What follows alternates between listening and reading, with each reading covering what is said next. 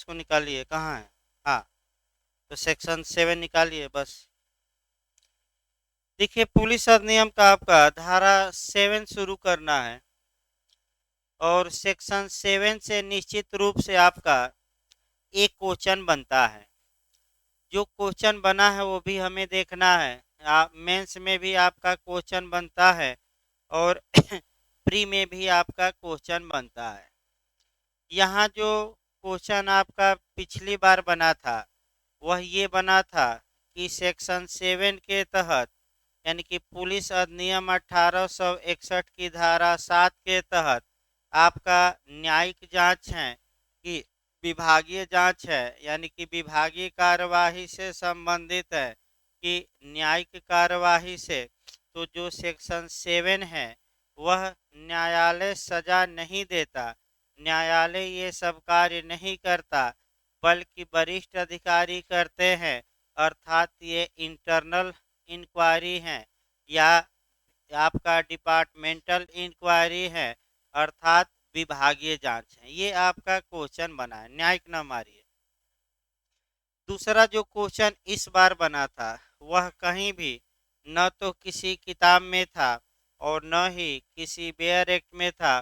वो राज्य उत्तर प्रदेश राज्य ने सेक्शन 7 में संशोधन कर एक अधिसूचना जारी की थी और उस अधिसूचना का आपका सन और डेट पूछ लिया था ऐसा। तो ये भाई आपका बेयर एक्ट में और किसी भी किताब में मिलना मुश्किल था। इसके लिए बाद में जब लोग सॉल्व करके आए यूपीएपीओ का तो आपका नेट पर देखा गया, तब ये क्वेश्चन मिला। तो भाई फिर एक बार बताया जाए, 100% जो पढ़ाया जा रहा है, ये ना सोचिए कि 100 में 100 क्वेश्चन सर का पढ़ाया हुआ आ जाएगा, क्योंकि एक दो क्वेश्चन आयोग ऐसा बनाएगा जो हमारे भी बस की बात नहीं है। यानी कि वो जो आज सूचना जारी होती है उसमें से ले जाकर पूछ लिया था। लेकिन एक क्वेश्चन आपका बता दिया जाए, सेक्शन 7 से निश्चित तौर पे आता है। अब किस मॉडल से क्वेश्चन बनता है वो मैं बता सकता हूँ। तो देखिए, आपका सेक्शन 7 जब भी पढ़िए तो इसके साथ आपका कुछ कोरिलेट का भी लिखवा जाएगा बाद में, भाई आज लेक्चर चलेगा, इसके साथ कुछ कोरिलेट करके आप पढ़ेंगे।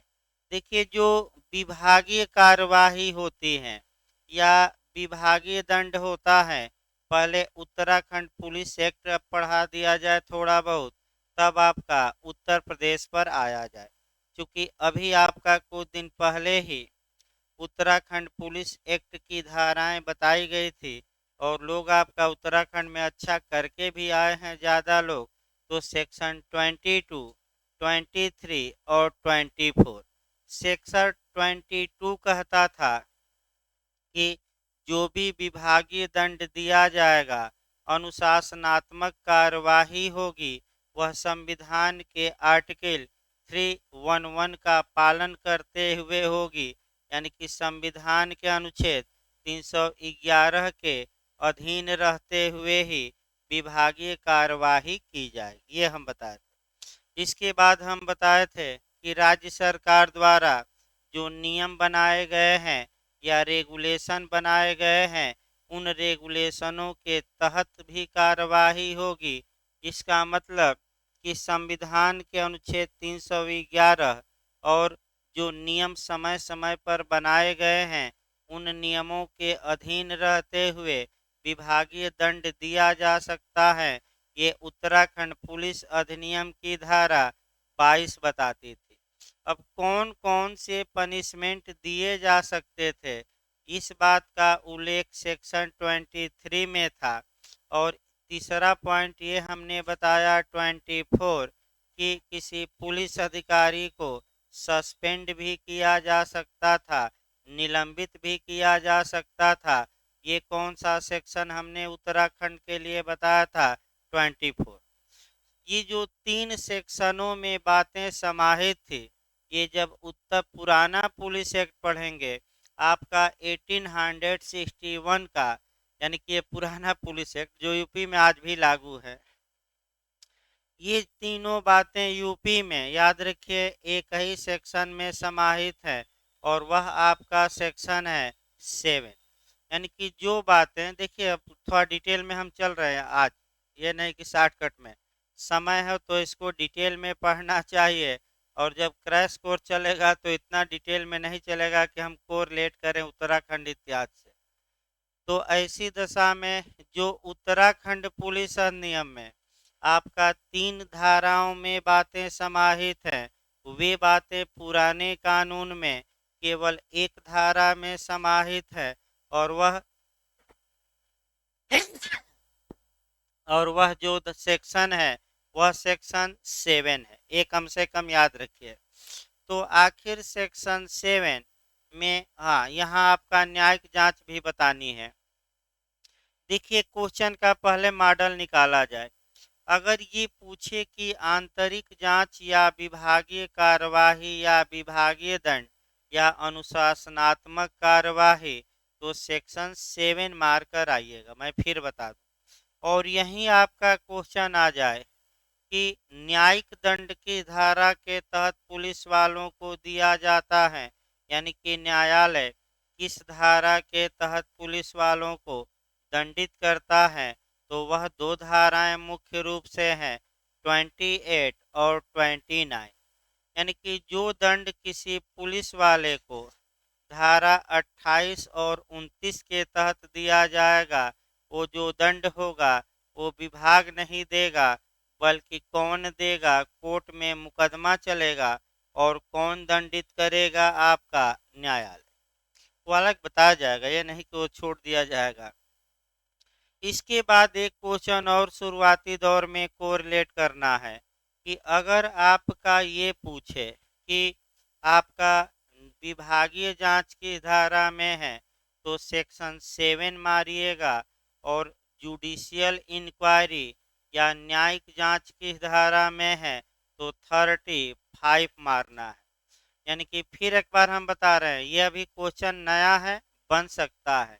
अगर विभागीय जांच तो बना है 2-3 बार, लेकिन जो जुडिशियल इंक्वायरी है, पुलिस वालों के खिलाफ न्यायिक जांच है, ये अभी नहीं बना है, लेकिन बन सकता है। तो विभागीय जांच सेक्शन 7 और जुडिशियल इंक्वायरी या न्यायिक जांच की धारा के तहत 35 के तहत, और न्यायिक दंड की धारा के तहत तो 28 और 29। अभी हम आगे बताएंगे इसको। अब देखिए आपका बेयर एक्ट की भाषा क्या कहती है, यानी कि सेक्शन 7 निकाल लेना है और सेक्शन 7 के तहत जो जो प्रावधान दिए गए हैं, एक लेक्चर पूरा लग जाएगा। हो सकता है कि न भी खत्म हो, लेकिन एक लेक्चर आपका पूरा लगता है इसमें पढ़ाने में। देखिए भाई, आपका सेक्शन 7 क्या कहता है। अवर अधिकारियों की नियुक्ति और पदच्युति, यानी कि जो अवर अधिकारी हैं, जो सबॉर्डिनेट पंक्ति के पुलिस अधिकारी,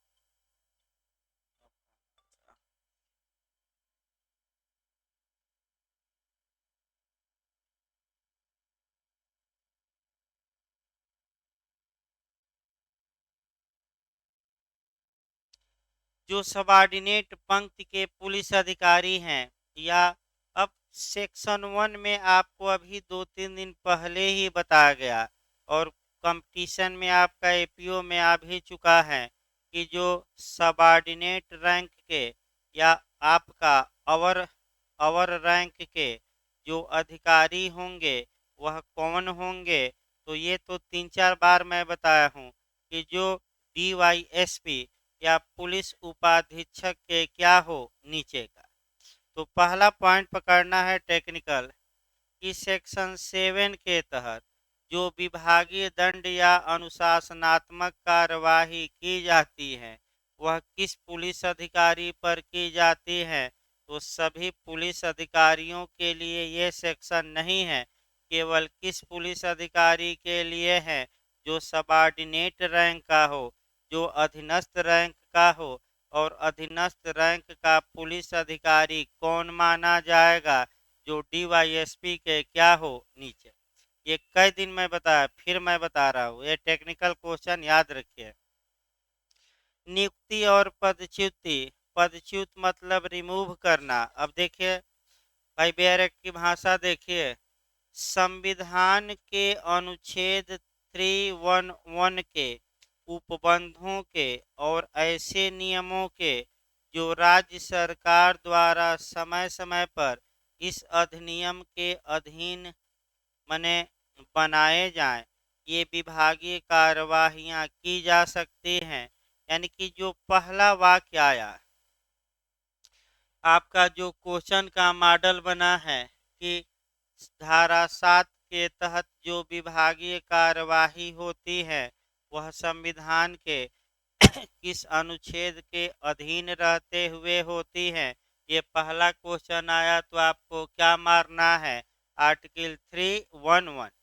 फिर आपका दिया गया है कि जो भी विभागीय कार्यवाही होगी वह राज्य सरकार द्वारा समय समय पर बनाए गए नियमों के क्या होगी, अधीन होगी। तो क्वेश्चन का मॉडल भी निकाल लिया जाए कि सेक्शन 7 के तहत विभागीय कार्यवाही की जाती है। तो आपका ऑप्शन देगा एक तो ऐसे ऑप्शन बना है यूपी में कि संविधान के अनुच्छेद 310 के अधीन, 311 के अधीन रहते हुए, 312 के अधीन रहते हुए इनमें से कोई नहीं। तो क्या मार कर आएंगे, संविधान का कौन सा अनुच्छेद, हाँ ये नहीं कि 310 मार दीजिए, 311 के अधीन रहते हुए। फिर दूसरा मॉडल देखिए, अभी समझाना पड़ेगा इसको, एक लेक्चर पूरा लगेगा क्योंकि तमाम टेक्निकल बातें इसमें समाहित हैं। दूसरा मॉडल हम बता रहे हैं कि धारा 7 के तहत जो डिपार्टमेंटल दंड दिया जाता है वह आपका किसके अधीन दिया जाता है।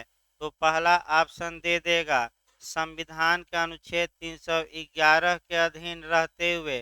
दूसरा देगा राज्य सरकार द्वारा समय समय पर बनाए गए नियमों के अधीन रहते हुए, दोनों इनमें से कोई नहीं। तो क्या मार कराएंगे ऐसे मॉडल में, दोनों, हाँ एकदम रटे रहे, क्या मार कराएंगी, दोनों। अब आपका तीसरा क्वेश्चन देखिए, तीसरा मॉडल देखिए जब भी आप संविधान का अनुच्छेद पढ़िए तो कम से कम आपका 3 अनुच्छेद हम एक साथ कवर करते हैं। अब दो नहीं, एक नहीं, केवल पहले कितना बताना है, 3। एक आर्टिकल 310 देखिएगा, फिर 311 देखिएगा और 312, 3 अनुच्छेद आपका एक साथ पढ़ना है। और बिहार में ये जो अनुच्छेद हैं ये लगातार एक क्वेश्चन निश्चित आता है। तो पहला आपका ये है कि 310 में क्या है, तो डॉक्ट्रिन ऑफ प्लीजर यानी कि प्रसाद पर्यंत का सिद्धांत। प्रसाद पर्यंत का सिद्धांत का मतलब ये हुआ कि जो संघ के लोक सेवक हैं वह राष्ट्रपति की इच्छा के अनुसार अपना पद धारण करेंगे, और राज्य के लोक सेवक हैं वह किसकी इच्छा पर्यंत पर्यंत या प्रसाद पर्यंत या प्लीजर पर्यंत, तो राज्यपाल के। यानी कि संघ के जो आईएएस होते हैं, आईपीएस होते हैं, उनको बर्खास्त करने का पावर केवल राष्ट्रपति को है, और जो यहाँ पीसीएस इत्यादि होते हैं उनको बर्खास्त करने का पावर केवल किसको है, राज्यपाल को है। अन्य कोई व्यक्ति बर्खास्त या टर्मिनेट या रिमूव नहीं कर सकता, क्योंकि ये तो डॉक्ट्रिन ऑफ प्लीजर का सिद्धांत कहाँ समाहित है, तो 310 में। 312 पहले देख लिया जाए, तब 311 डिटेल में चलना पड़ेगा। 312 अखिल भारतीय सेवा के गठन के बारे में प्रावधान करती है, ऑल इंडिया सर्विस के बारे में। और अखिल भारतीय सेवा का सृजन आपका संसद कर सकती हैं कानून बनाकर, जैसे आईपीएस इत्यादि है। आईपीएस जो होते हैं संघ लोक सेवा आयोग द्वारा नियुक्त, माने उनका चयन होता है और उनकी नियुक्ति राज्यों में होती है। तो ये किस सेवा से आते हैं, ऑल इंडिया सर्विस यानी कि अखिल भारतीय सेवा।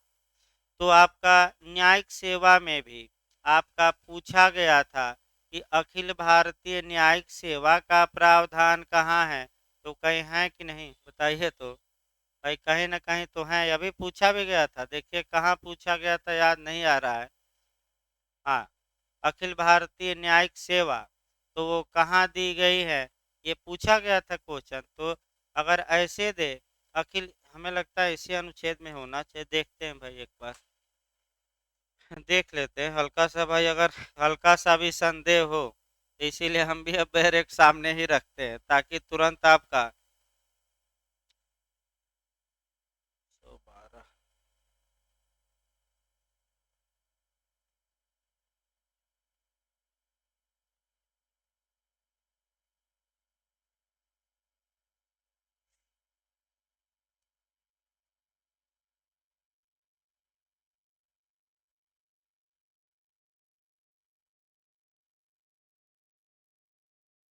हाँ, इसी में है भाई आपका 1977। 1977 में जोड़ा गया, 312 में ही है। अब ये जेएस में आया भी था, जीएस में, इसको तो संविधान में पढ़ाया जाएगा। देखिए, अखिल भारतीय सेवा का सृजन संसद कर सकती है कानून बनाकर, लेकिन पहल कौन करेगी ये बिहार पूछता है, तो राज्यसभा।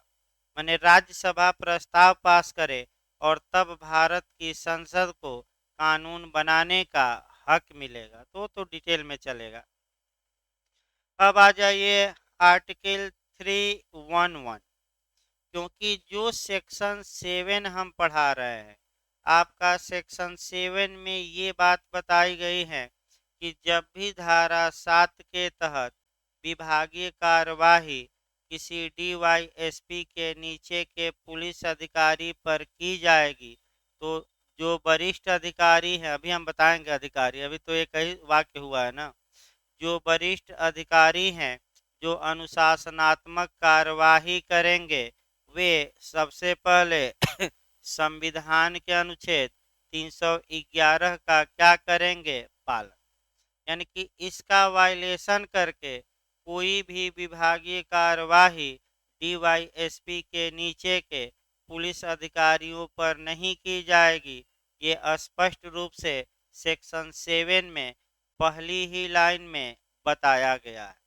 तो देखिए आपका 311 है क्या, 311 जो है, यह किसी लोक सेवक को दो प्रोटेक्शन देता है, दो संरक्षण देता है।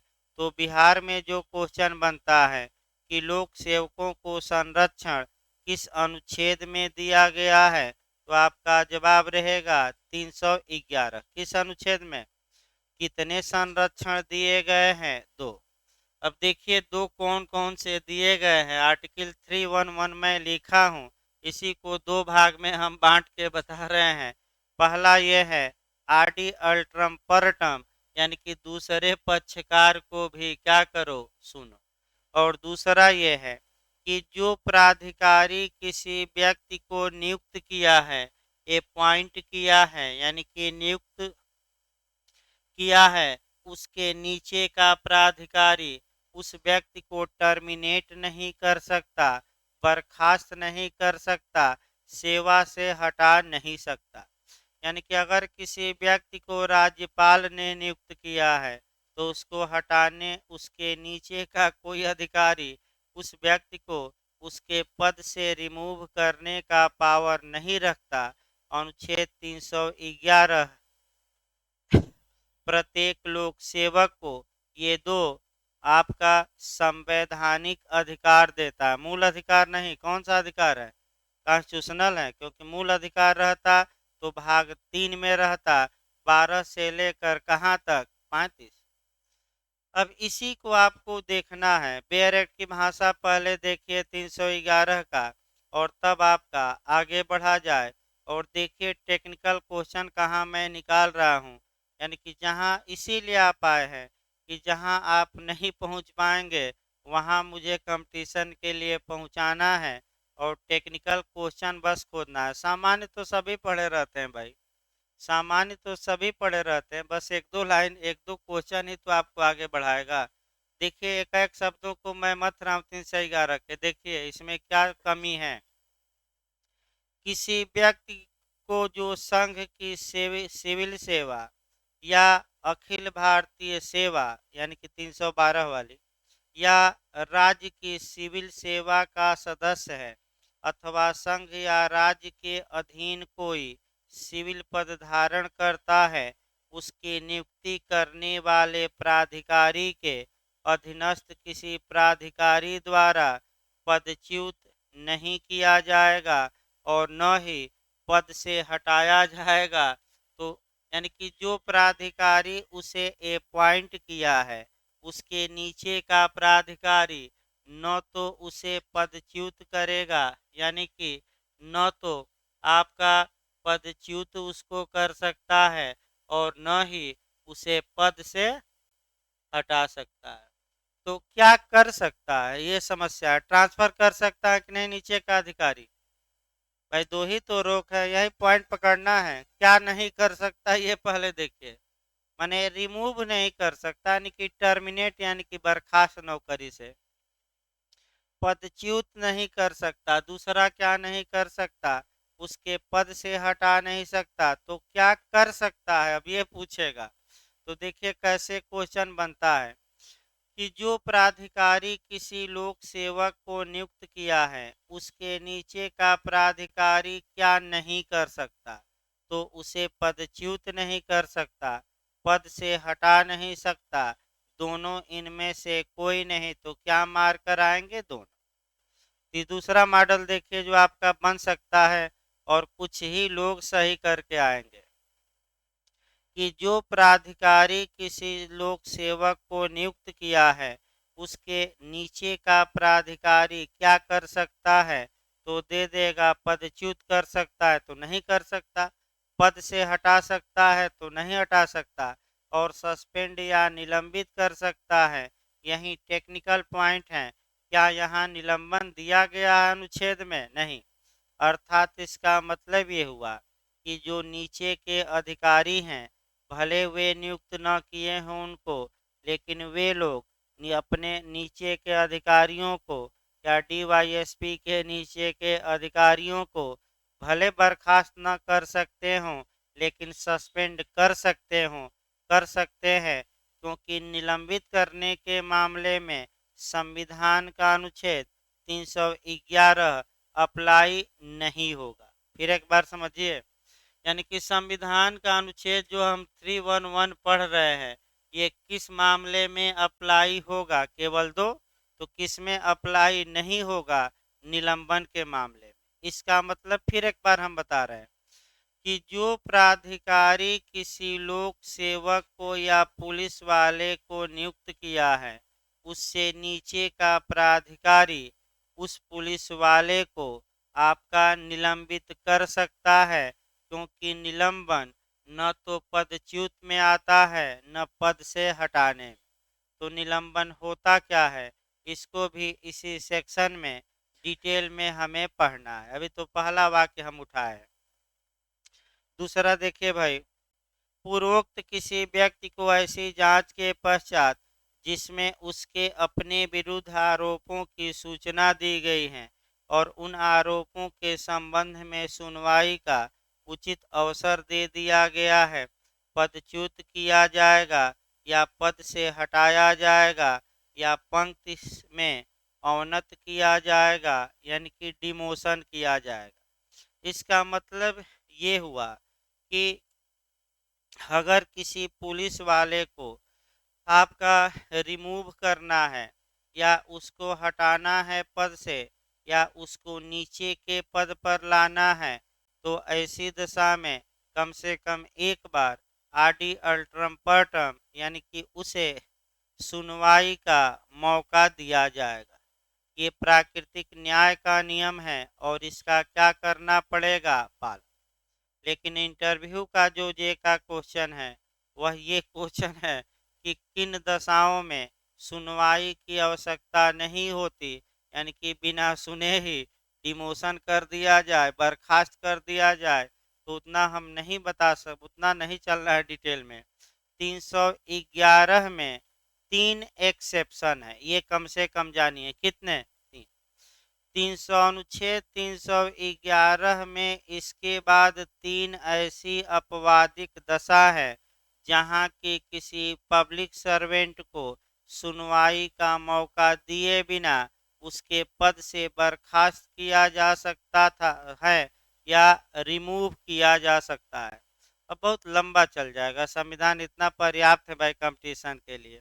अर्थात इसका मतलब ये हुआ कि अगर किसी सबॉर्डिनेट पुलिस वाले पर विभागीय दंड दिया जाता है, यानी कि डीवाईएसपी के नीचे के पुलिस वाले पर, तो संविधान के इन दोनों प्रावधानों का वरिष्ठ अधिकारियों को पालन करना होगा, यानी कि पालन करना ही होगा, याद रखिए।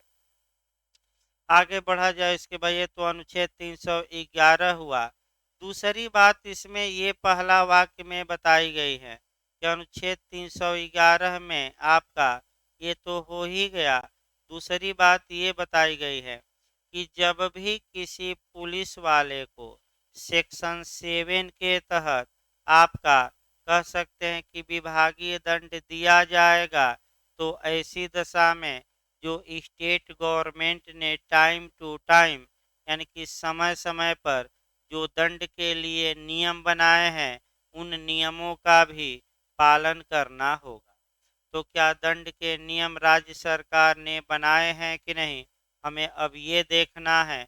निश्चित रूप से सरकार ने बनाया है, और इसके लिए उत्तर प्रदेश पुलिस विनियम, यानी कि उत्तर प्रदेश पुलिस रेगुलेशन 1861 बना है, जिसमें टोटल 37 अध्याय है, 554 पैरा है।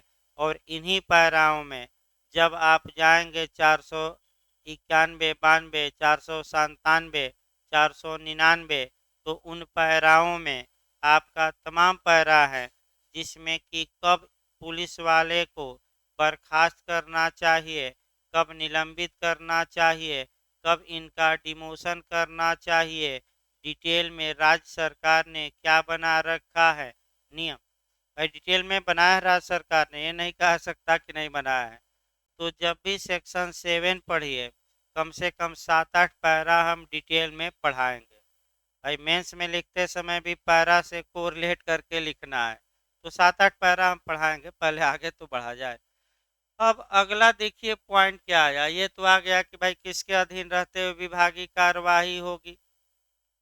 अब 3 पॉइंट हम बना रहे हैं। 3 पॉइंट ये बनाना है कि कौन ऐसे प्राधिकारी हैं जो विभागीय दंड दे सकते हैं, यानी कि डिपार्टमेंटल दंड देने का अधिकार रखते हैं, पहला नियम। दूसरा नियम ये है कि आखिर डिपार्टमेंटल दंड किसको दिया जाएगा, तो हम लगातार बता रहे हैं, जो डीवाईएसपी के क्या हो सेक्शन 7 के तहत। और आपका क्यों दिया जाएगा, तीसरा पॉइंट ये आया क्यों दिया जाए, विभागीय कार्यवाही क्यों किया जाए। और चौथा पॉइंट ये आया कि विभागीय कार्यवाही में क्या क्या पनिशमेंट दी जा सकती है।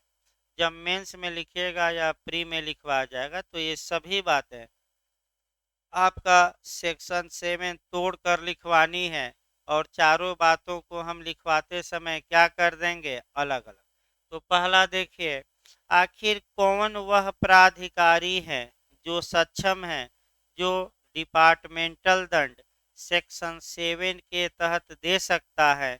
तो देखिए, अब बेयर एक्ट को आगे बढ़ाइए, उसी में से निकाला जाए चारों।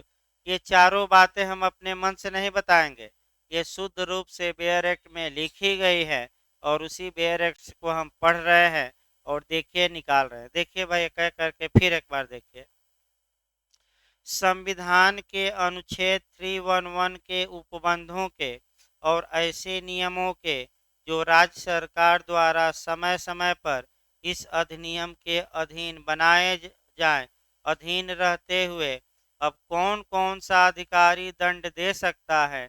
अब उनका नाम देखिए, पुलिस महानिदेशक यानी कि डीजीपी दे सकते हैं, फिर पुलिस महानिरीक्षक यानी कि आईजी साहब दे सकते हैं, उप पुलिस महानिरीक्षक यानी कि डीआईजी साहब दे सकते हैं, एवं उप सहायक पुलिस महानिदेशक एवं महानिरीक्षक यानी कि उप पुलिस महानिदेशक, फिर उप पुलिस महानिरीक्षक, फिर सहायक पुलिस महानिदेशक एवं सहायक पुलिस महानिरीक्षक और अंतिम है एसपी साहब यानी कि जिला अधीक्षक। तो बताइए कौन कौन सेक्शन 7 के तहत, हम देखिए मॉडल हम बना रहे हैं इसी में आपको फिर टेक्निकल क्वेश्चन आया कि कौन प्राधिकारी सक्षम है जो सेक्शन 7 के तहत विभागीय दंड या कार्यवाही कर सकता है। दे देगा पुलिस महानिरीक्षक, दूसरा देगा पुलिस आपका महानिदेशक, तीसरा पुलिस अधीक्षक यानी कि एसपी साहब, और चौथा दे देगा उपर्युक्त सभी। तो क्या मार्क कराएंगे बताइए। जो हम 3 नाम दिए तीनों अधिकारियों का नाम इसमें है कि नहीं है, एसपी तक है। अगला क्वेश्चन देखिए, आपका मॉडल भाई ज़्यादा बनाना है अब, क्योंकि नए नए मॉडल बनाइए जो अभी अभी आज तक आए ही न हो। अगला मॉडल देखिए, कौन पुलिस अधिकारी सेक्शन 7 के तहत विभागीय दंड नहीं दे सकता। तो दे देगा पुलिस महानिदेशक, पुलिस अधीक्षक आपका दे देगा, फिर पुलिस महानिरीक्षक और पुलिस उपाधीक्षक। तो बताइए किसका नाम नहीं है। हाँ, यानी कि डीवाईएसपी या पुलिस उपाधीक्षक यानी कि डीवाईएसपी सेक्शन 7 के तहत विभागीय दंड देने में सक्षम नहीं है।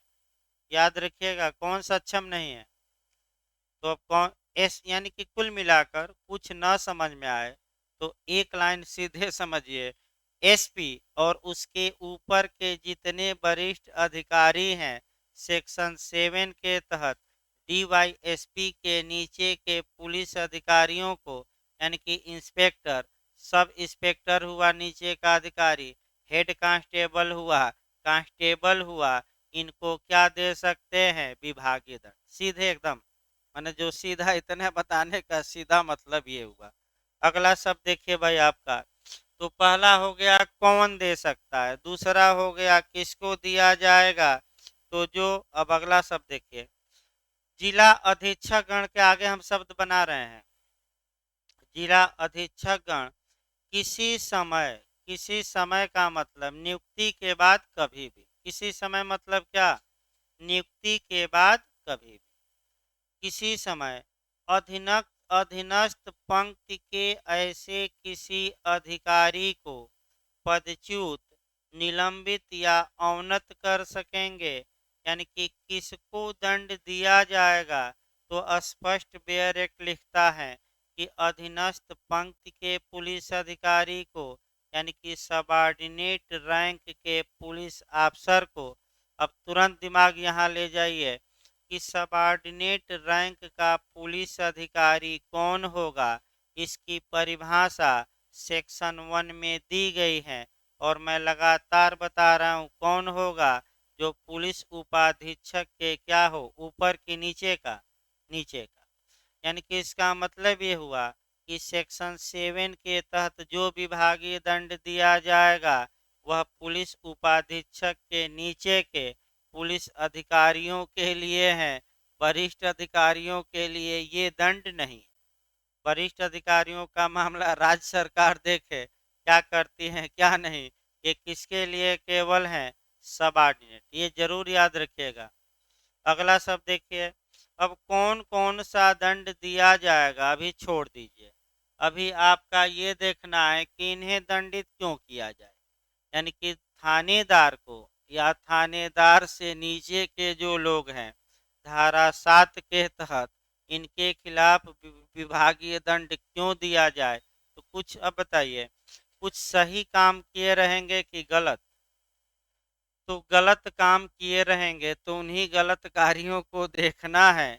जैसे कि गलत कार्य में तमाम कार्य हैं आपका, जैसे कि उदाहरण के रूप में आपका ड्यूटी पर शराब पी रहे हैं यानी कि 2 बूंद लेकर, और दरोगा जी पुलिस वाले मस्त हैं और मस्त होकर जनता को क्या कर रहे हैं, गाली दे रहे हैं, जनता को लठिया रहे हैं, बिना कारण के कह सकते हैं थाने में 4 दिन से बंद किए हुए हैं।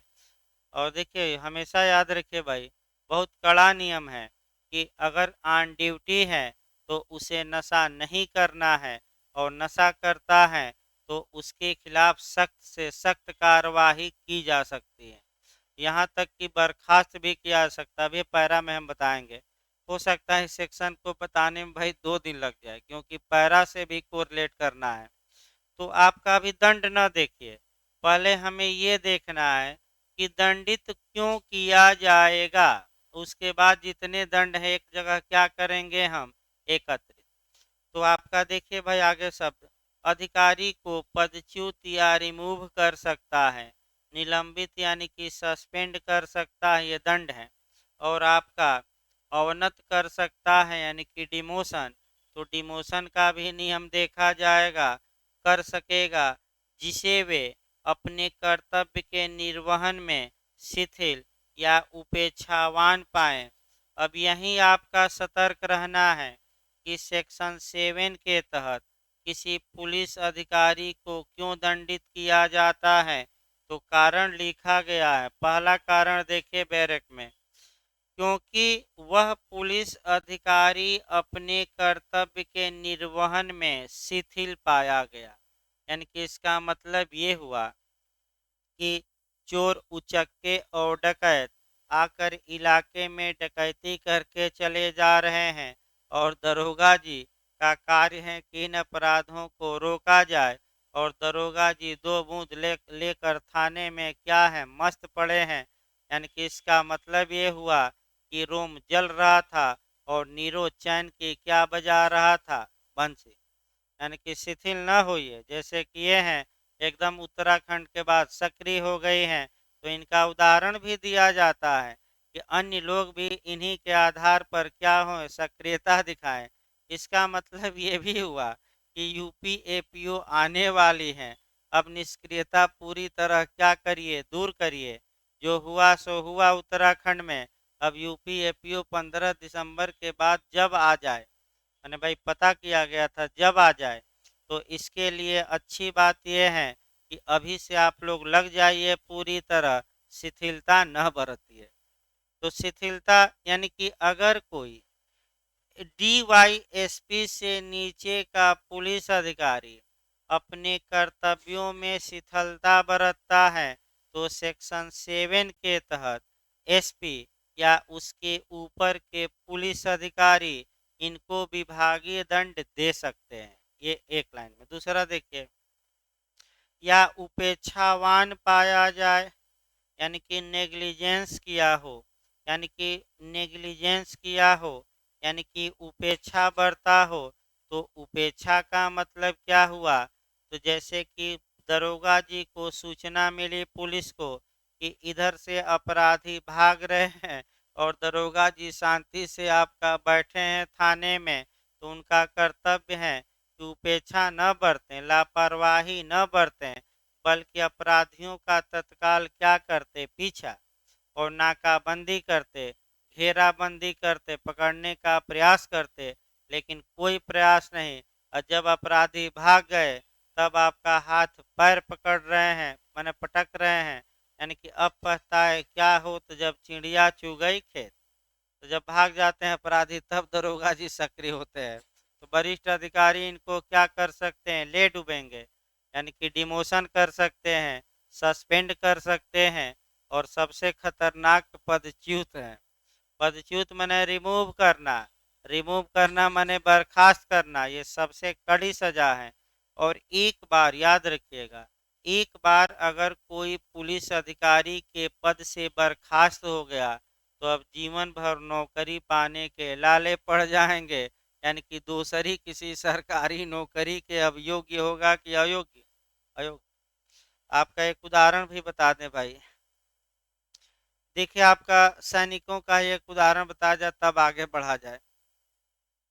अभी आपका एक सोशल मीडिया पर मोदी जी थे, तो आपका जम्मू कश्मीर में एक माने सेना का था, अधिक माने सेना में था आदमी, और उसने आपका सोशल मीडिया पर ये दिखाया कि सेना में आपका जली रोटी और पतली दाल मिलती है, क्या यही खाकर हम देश की सेवा करेंगे।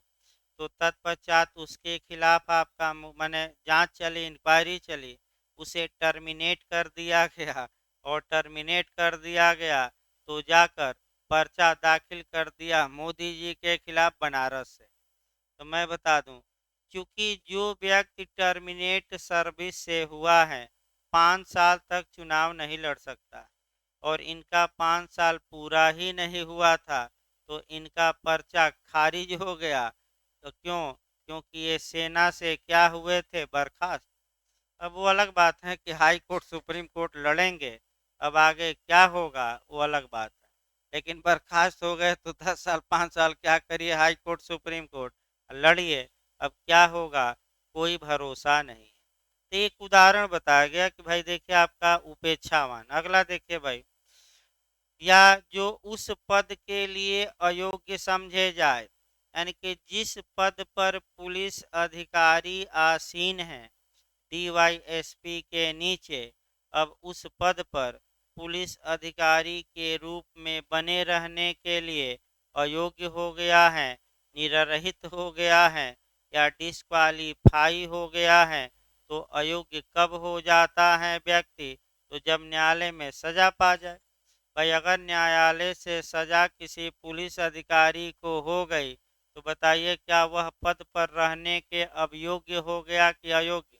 अयोग्य। एक उदाहरण बताया गया। अगला देखिए, या अधीन, हाँ, अयोग्य समझे जाएं या अधीनस्थ पंक्ति के ऐसे किसी पुलिस अधिकारी को जो अपने कर्तव्य का अनवधानता या उपेक्षा पूर्ण से निर्वहन करता है आपका, या जो स्वयमेव अपने कर्तव्य के निर्वहन के लिए स्वतः को अयोग्य कर लेता है। इसका मतलब ये हुआ, अनवधानता मने मनमानेपन से कार्य करना, लेकिन मनमानापन भी आपका सही नहीं है, यानी कि घोर लापरवाही कह सकते हैं। या अनमने ढंग से, यानी कि पुलिस में भर्ती है लेकिन कोई मतलब नहीं है, जाए अपराधी कहीं जाए, कहाँ लूट हो रहा है, इससे कोई मतलब नहीं है। या उपेक्षापूर्ण रीत से अपना कर्तव्य करता है, या ऐसा कोई कार्य कर देता है जिससे कि वह स्वयं को पुलिस बल में रहने के क्या बना लेता है, अयोग्य। तो भाई स्वयं को ऐसा कोई पुलिस से कार्य करवाइए जिसके आधार पर वह स्वयं पुलिस में रहने के लिए अयोग्य हो गया, यानी कि लोगों जाकर लड़ाई कर लिया, लोगों की हत्या कर दिया, जानबूझकर हत्या कर दिया अपने बचाव में नहीं, या तमाम ऐसे कार्य हो सकते हैं कि जहाँ की वह अपने को क्या बना लिया है, डिस्क्वालीफाई कर लिया है, यानी कि अपने को निर्योग्य या अयोग्य बना लिया है। तो ऐसी दशा में जो डीवाईएसपी के नीचे के ऐसे पुलिस अधिकारी हैं उनको एसपी या उसके ऊपर के अधिकारी विभागीय दंड दे सकते हैं। तो विभागीय दंड कौन कौन दिया जाएगा, ये रट्टा मार कर जाना है। तो 3 दंड तो हम अब क्या दंडित किया जाएगा, कौन सा दंड दिया जाएगा? तो एक एक दंड हम लिख रहे हैं, देखिए भाई आपका पहला है पदच्युत किया जा सकता है, पदच्युत किया जा सकता है। दूसरा हमने कौन बताया, निलंबन या सस्पेंड किया जा सकता है। और तीसरा हमने आपका अवनत है ना, अवनत है भाई, अवनत, डिमोशन अभी हम बताएंगे, पहले तीनों शब्दों को तोड़ने तो दीजिए। ये पहले 3 दंड समझिए, उसके बाद और भी सजाएं हैं विभागीय दंड। अब फिर तुरंत आपका अनुच्छेद 311 को भी कवर रखना है, मैं बता दूं, ये नहीं कि भूल जाना है। तो कौन सा दंड इसमें से अनुच्छेद 311 से कवर नहीं होता, अर्थात नीचे के अधिकारी भी दे सकते हैं जो नियुक्त किए हैं, तो निलंबन, यानी कि आपका अनुच्छेद 311 में हम अभी बताए कि कौन सा शब्द नहीं लिखा है, निलंबन, ये पूछ सकता है। देखिए आपका पदच्युत करना पदच्युत करने का मतलब ये हुआ कि पूरी तरह उसकी सेवा समाप्त कर देना, या उसको रिमूव कर देना, उसको बर्खास्त कर देना, या उसको नौकरी से पूरी तरह हटा देना या टर्मिनेट कर देना। टर्मिनेट का मतलब ये हुआ कि अब वह सेवा में नहीं रहा, यानी कि पुलिस बल से पूरी तरह क्या कर दिया, अब गया, हटा दिया। अगर कोई व्यक्ति पुलिस सेवा से बर्खास्त कर दिया जाता है तो ऐसी दशा में दिमाग में स्थिर याद रखिए, वह फिर से किसी सरकारी सेवा में जाने के योग्य नहीं होता, नियुक्ति के योग्य नहीं होता। अब ये नहीं कि पुलिस से बर्खास्त हो गए तो चलो पीसीएस बन जाए। अगर पता लग गया कि आप छुपाए थे वेरिफिकेशन में, तो आपका पास होने के बाद भी आपका कह सकते हैं कि नौकरी मिलेगी नहीं।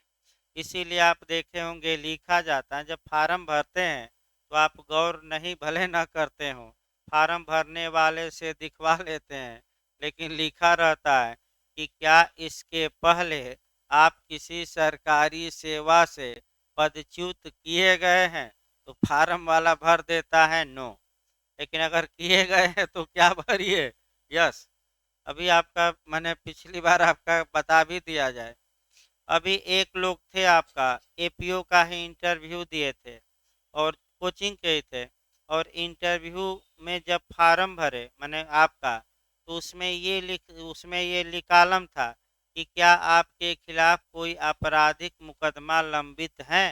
तो बस उन्होंने एक गलती की कि लिख दिया नहीं है। एपीओ में सेलेक्ट हो गए, फिर वेरिफिकेशन के लिए गया मामला, और आपका वेरिफिकेशन में पुलिस ने ये लिख कर दे दिया कि इनके खिलाफ ये मामला लंबित है, मैंने मुकदमा चल रहा था। अब इसके बाद आयोग ने क्या किया कि उनका चयन ही निरस्त, मैंने सरकार को भेजा और उनका चयन निरस्त कर दिया गया, और उनकी जगह दूसरे का वेटिंग फिर दो लोगों को निकली थी 2015 वाले में, दूसरे को नियुक्त कर दिया गया। ये दौड़ते रहे आपका दिल्ली से दौलताबाद, यानी कि कई बार सचिव से मिले, तो सचिव ने ये कहा कि आपने क्यों, भाई जब आप इंटरव्यू देने गए तो क्या आपने क्यों ये लिखा कि हमारे खिलाफ कोई मुकदमा नहीं है, अतः आप झूठ बोले हैं, अतः आपकी नियुक्ति हम नहीं कर सकते। तो अब लखनऊ हाई कोर्ट में मुकदमा किए हैं, अब क्या होगा, और वहीं आपका प्रैक्टिस भी कर रहे हैं, तो एक गलती भारी पड़ सकती है। तो मैं फिर बता दूं, अगर किसी पर एफआईआर है, एनसीआर है या मुकदमा चल रहा है, तो लिखिए कि हम पर मुकदमा है, क्योंकि अगर उसके बाद सेलेक्ट हो जाते हैं तो आपके पास ऑप्शन रहेगा कि आयोग अगर नहीं आप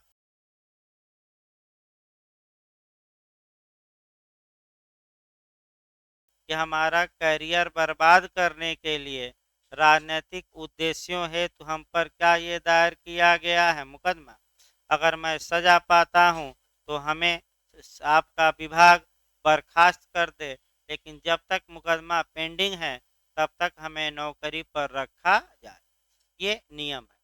तो पहला क्या हो सकता है, इसको पैरा में हम आगे बताएंगे, अभी एक एक शब्द को समझा रहे हैं। दूसरा है सस्पेंड करना। जहां तक निलंबन की बात है, चूंकि निलंबन के मामले में संविधान का अनुच्छेद 311 लागू ही नहीं होता, अतः ऐसी दशा में जो प्राधिकारी किसी पुलिस वाले को नियुक्त किया है, उसके नीचे का भी प्राधिकारी उस पुलिस को निलंबित कर सकता है, क्योंकि संविधान का अनुच्छेद 311 इसमें अप्लाई नहीं होता। याद रखिए, इसमें अप्लाई नहीं होता। तो यानी कि अधीनस्थ पंक्ति के पुलिस, जिस पुलिस को किसी अधिकारी ने नियुक्त किया है, उससे नीचे के अधिकारी द्वारा भी उस पुलिस वाले को क्या किया जा सकता है, सस्पेंड। क्यों? क्योंकि संविधान का आर्टिकल 311 ऐसे मामलों में अप्लाई होगा कि नहीं, नहीं होगा, लागू नहीं होगा। और इसीलिए हम पहले बताए थे टेक्निकल क्वेश्चन कि अनुच्छेद 311 किस मामले में नहीं लागू होगा, तो आपका निलंबन। तो निलंबन होता क्या है ये हमें देखना है। निलंबन का मतलब ये हुआ कि व्यक्ति पुलिस की सेवा में बना रहता है लेकिन उसके कार्य करने पर रोक लगा दी जाती है, यानी कि उसे वेतन भी मिलता है, निर्वाह भत्ता दिया जाता है, वेतन कम मिलता है और निलंबन के बाद या तो घर बैठे या पुलिस आपका रिजर्व पुलिस लाइन में रखा जाता है बैरक में, और वहीं उसको आराम से रहे। और निलंबन का मतलब ये हुआ कि पुलिस बल का सदस्य है लेकिन कार्य पर क्या लगा दी जाती है, रोक। तो आगे डिटेल में हम बताएंगे पैरा में, अभी तो एक एक शब्दों को केवल मथा जा रहा है। अगला आइए शब्द अवनत करना, यानी कि अवनत का मतलब डिमोशन करना। डिमोशन का मतलब ये हुआ कि जिस पद पर वह तैनात है उसके नीचे के पद पर उसे आसीन कर देना, नियुक्त कर देना। इसका मतलब ये हुआ कि औन्नत का फिर मतलब समझिए, डिमोशन। डिमोशन का मतलब हुआ कि जिस पद पर है उसके नीचे के पद पर ला देना। इसका मतलब हुआ कि अगर इंस्पेक्टर हैं तो उसको कहाँ ला दिया जाए, सब इंस्पेक्टर, यानी कि किस पद पर, एसआई। भाई हेड कांस्टेबल है तो कहाँ ला दिया जाए, कांस्टेबल। लेकिन एक इसमें नियम है जो आपका आगे बताया जाएगा अभी पैरा में। वह नियम ये है कि जिस पद पर सबसे पहले कोई पुलिस अधिकारी अपॉइंट हुआ था, याद रखिएगा, उस पद से नीचे के पद पर उसका डिमोशन नहीं किया जा सकता।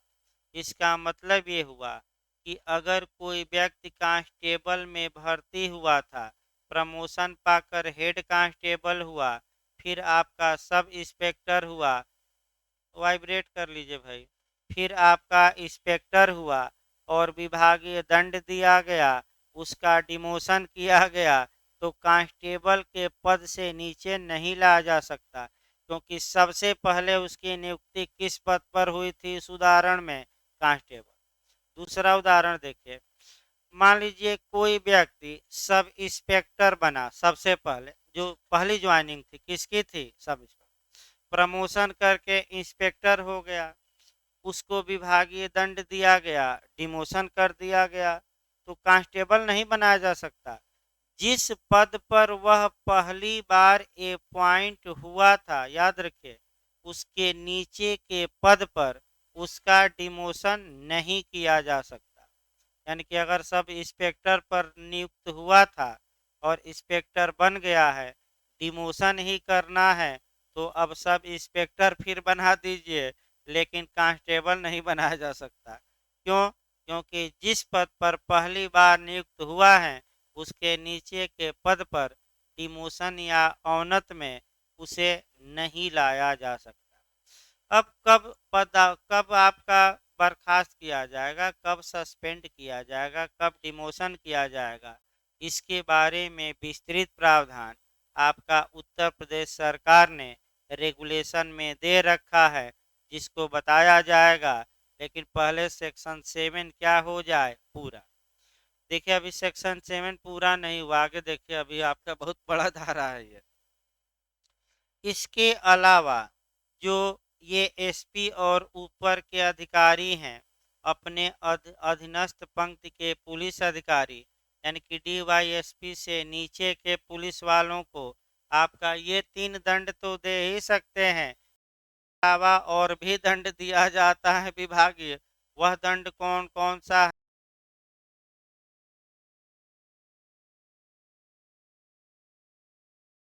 कि किसी राशि का जुर्माना, यानी कि अगर कोई मान लीजिए कि दरोगा में शिथिलता बरते हैं या उपेक्षा बरते हैं इत्यादि, तो एसपी या उसके ऊपर के अधिकारी विभागीय दंड दे सकते हैं। तो क्या विभागीय दंड और हो सकता है, 1 मास के जुर्माना, यानी कि ऐसे पुलिस वालों पर फाइन लगाया जा सकता है।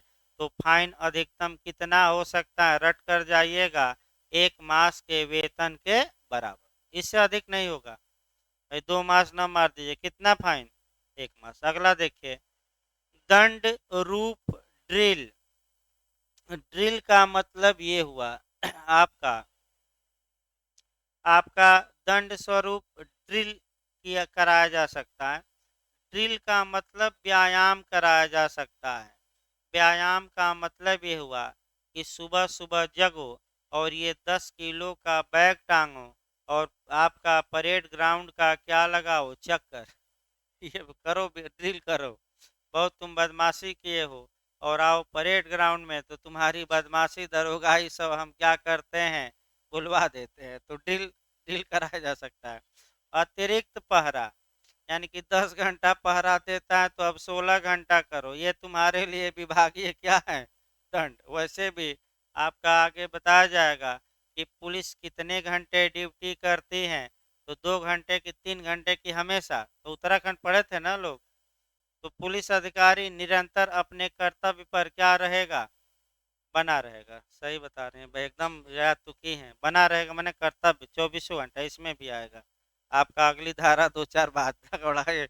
और आपका उत्तराखंड में भी था। अगला देखिए, अतिश्रम। अतिश्रम कराइए। अतिश्रम मतलब कि ज्यादा काम, यानी कि आपका 2 बीघा पुदीना बोना है तो कितना बोवा दीजिए, 4 बीघा। मामन नहीं भाई, अब उतना ना बोवा दीजिए पुदीना कि बेचारा मर ही जाए। और तीसरा मतलब कि 2 हाथ का गड्ढा खोदना तो खोदो 4 हाथ का। यानी कि जितना श्रम करता था उससे क्या करवाया जाएगा, अधिक।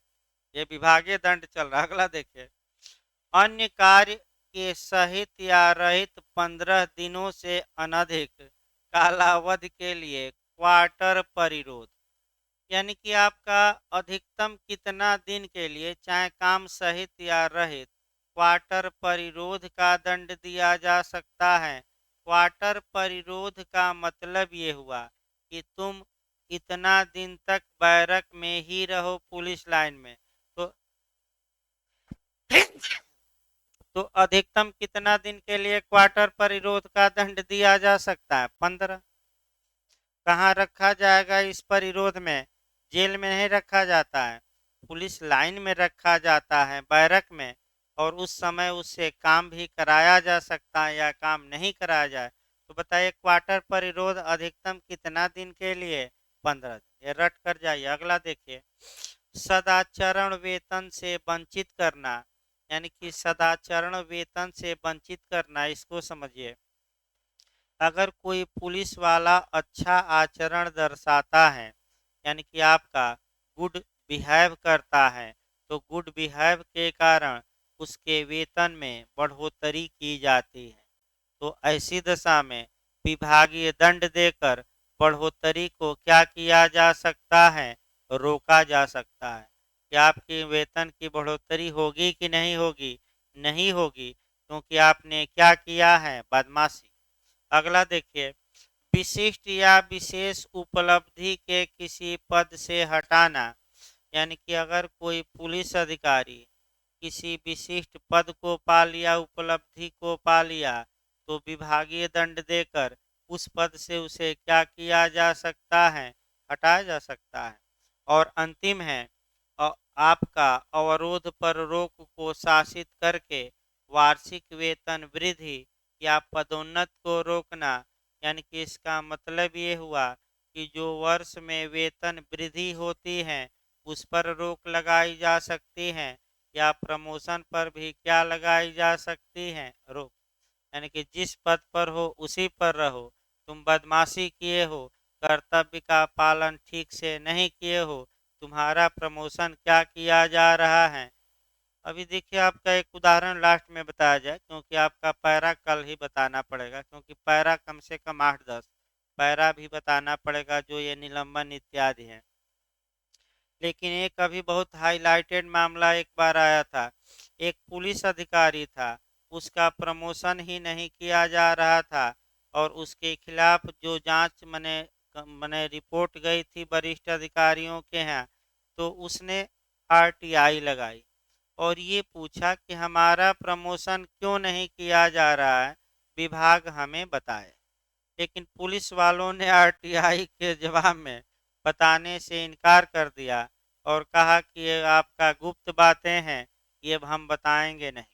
तो वह हाई कोर्ट गया और हाई कोर्ट ने जब भाई कागज पत्र मंगाया तो आपका तब पता लगा कि उसका प्रमोशन क्यों नहीं हो रहा है।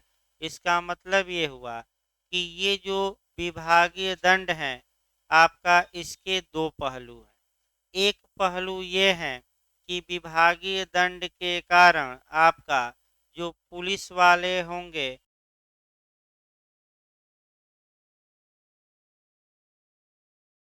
वो भी हैं कि विभागीय दंड दिखा के और पुलिस वालों का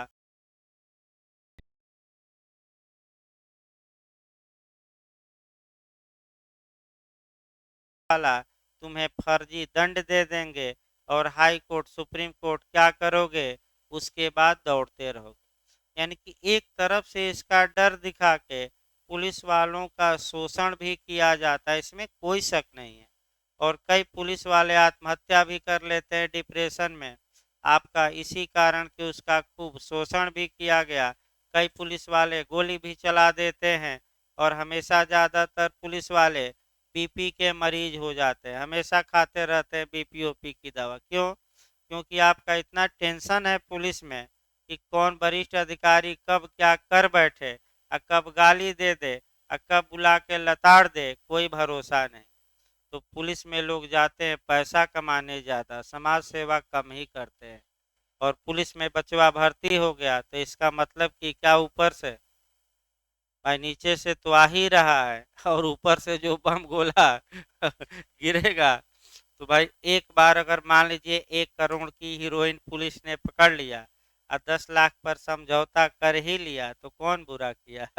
10 लाख आ गया बैठे बैठे। अभी आपका नोएडा में कांड आया कि जो आपका स्पेशल ऑपरेशन ग्रुप था वहीं पूरा पकड़ लिया गया।